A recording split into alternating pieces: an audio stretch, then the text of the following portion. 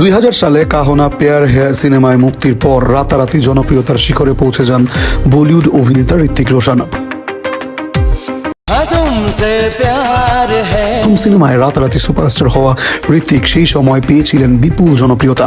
উচ্চতা, নিজস্ব স্টাইল আর চেহারা সব মিলিয়ে, সঙ্গে নাচ, রোমান্স কিংবা অ্যাকশন সব মিলিয়ে দুর্দান্ত কম্বো প্যাকেজ ছিলেন তিনি। সেই কারণেই প্রথম সিনেমাতেই এত জনপ্রিয়তা।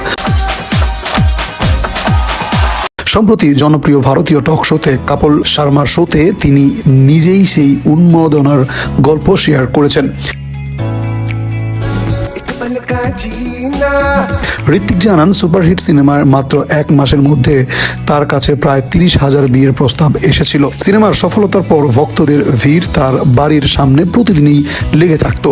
ঋত্বিক বলেন, প্রতিদিন সকালে জানালার পর্দা সরালেই দেখা যেত লম্বা লাইন। ভক্তরা শুধু দেখার জন্য অপেক্ষা করতেন। স্মৃতিতে তিনি মাঝে মাঝে ভিড় এড়িয়ে বের হওয়ার জন্য বাড়ির পেছনের দরজা ব্যবহার করতেন।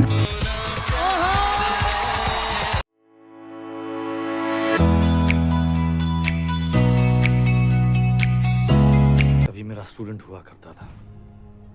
পর্দার সুপুরুষ চেহারা, নাচ এবং অভিনয়ের জাদুতে ঋত্বিক তখন ভারতীয় তরুণ প্রজন্মের কাছে গ্রিক গড হিসেবে পরিচিতি পান।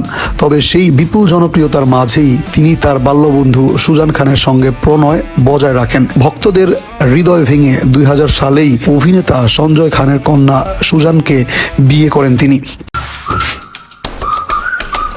ক্যারিয়ারের শুরুতেই বিয়ের সিদ্ধান্ত নিলেও জনপ্রিয়তায় তার কোনো নেতিবাচক প্রভাব পড়েনি।